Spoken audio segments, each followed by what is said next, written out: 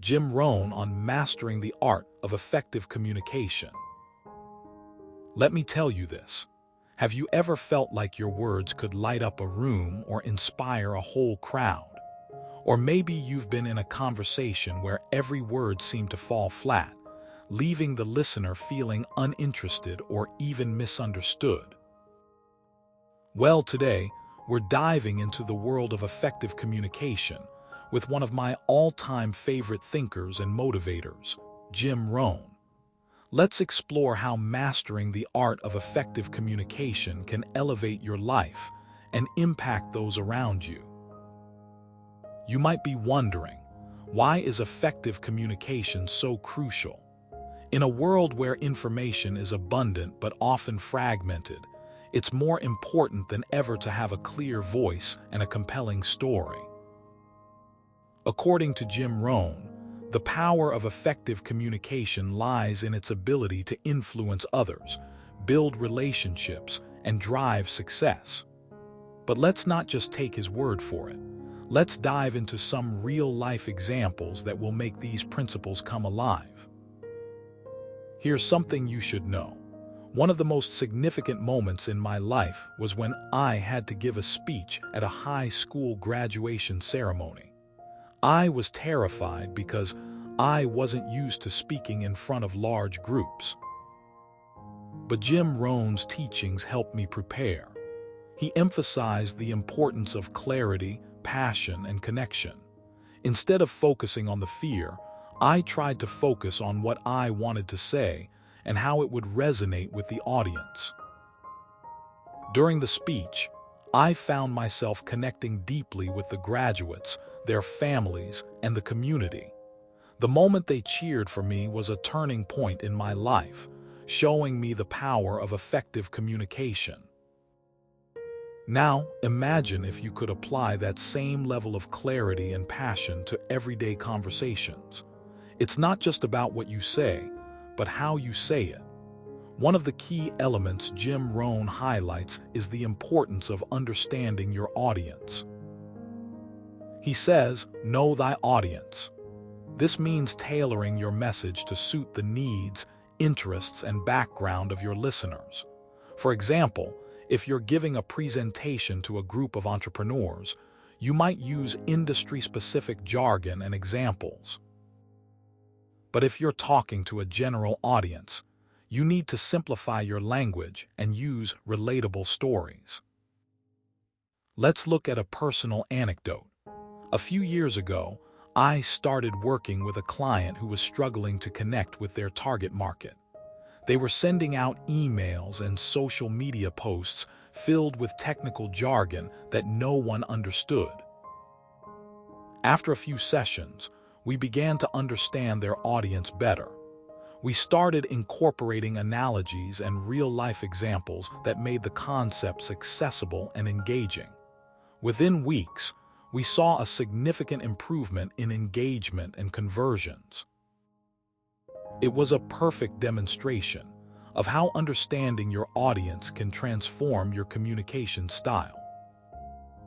Another critical aspect of effective communication is listening. Jim Rohn believed that the best way to communicate is to listen first. This means being fully present during conversations, actively listening to what others are saying, and responding thoughtfully. When you listen well, you show respect and interest, which fosters trust and deeper connections. Here's a scenario that illustrates this point. I once worked with a team leader who struggled with micromanaging and lacked open communication. By observing her interactions and providing feedback on how she could improve her listening skills, we helped her become more attentive to her team members' concerns and ideas. As a result, morale improved, productivity increased, and conflicts decreased. But effective communication isn't just about talking and listening. It's also about nonverbal cues. Nonverbal communication encompasses everything from body language to facial expressions and tone of voice. Jim Rohn recognized the power of nonverbal signals, stating that Your body language speaks louder than your words. He explained that our gestures, eye contact, and posture can either reinforce or undermine our verbal messages. For instance, standing up straight, making eye contact, and nodding along can convey confidence and engagement, while crossing arms or avoiding eye contact may signal defensiveness or disinterest. To illustrate the importance of nonverbal communication, let's consider a workplace scenario. Imagine two colleagues discussing a project.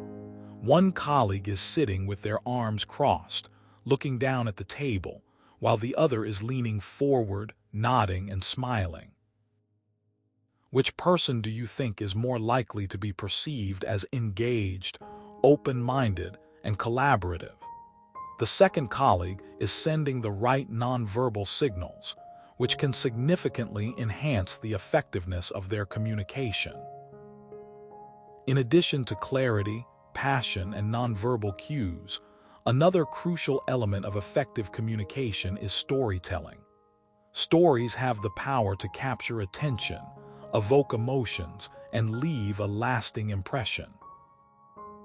Jim Rohn believed that a good story is a great communicator. He suggested that by sharing personal anecdotes, examples from history, or relevant case studies, you can make abstract concepts more relatable and memorable. For instance, if you're trying to sell a product or service, telling a story that showcases how it has positively impacted someone else's life can be far more persuasive than simply listing features and benefits. One of the most powerful ways to engage your audience through storytelling is by creating a narrative arc. Jim Rohn described this as the beginning, middle, and end of a story. Starting with a hook that grabs attention, moving through a conflict or challenge, and ending with a resolution or lesson learned creates a compelling structure. Consider the classic tale of Cinderella. The beginning introduces us to Cinderella's difficult situation, the middle shows her journey and struggles, and the end reveals her triumph and newfound happiness. This structure resonates with audiences and leaves a lasting impression. To bring this to life, let's create a hypothetical scenario. Suppose you're pitching a new software solution to potential clients. Instead of just listing features, you could weave a story about a company that initially struggled with inefficiency due to outdated technology. Through a series of challenges and setbacks, they finally decided to adopt your software, leading to significant improvements in their operations, increased efficiency, and a boost in customer satisfaction. By framing your pitch as part of a larger narrative, you tap into the emotional aspects of your audience and make your message more compelling. Lastly, Jim Rohn emphasized the importance of consistency and practice in honing your communication skills. He said, "Effective communication is a habit that takes time to develop." This means consistently practicing your public speaking, writing, and interpersonal skills until they become second nature. For example, if you struggle with public speaking, you might start small by giving impromptu speeches at home or at work. Gradually, you can increase the stakes and complexity of your presentations over time. Similarly, if you're a writer, regularly practicing different styles and formats can help you refine your craft. I once had a friend who was always nervous about public speaking. To overcome this, he started by recording himself speaking on various topics. Watching his recordings allowed him to identify areas for improvement, such as filler words or awkward pauses. Over time, he practiced these exercises in front of friends and family. Eventually, he felt confident enough to speak at local business events and eventually even joined Toastmasters, a club dedicated to improving public speaking skills. His journey shows that consistent practice and self-reflection are key to developing a strong communication foundation. So here's the takeaway. Effective communication is not just about delivering information. It's about connecting with others on a deep, meaningful level. By understanding your audience, listening actively, using nonverbal cues, incorporating storytelling, and practicing consistently, you can master the art of effective communication. Remember, the power of communication lies in its ability to inspire, influence, and drive success. Here's a final thought. Jim Rohn once said, "If you want to succeed, you must learn to communicate effectively." This quote encapsulates the essence of our discussion.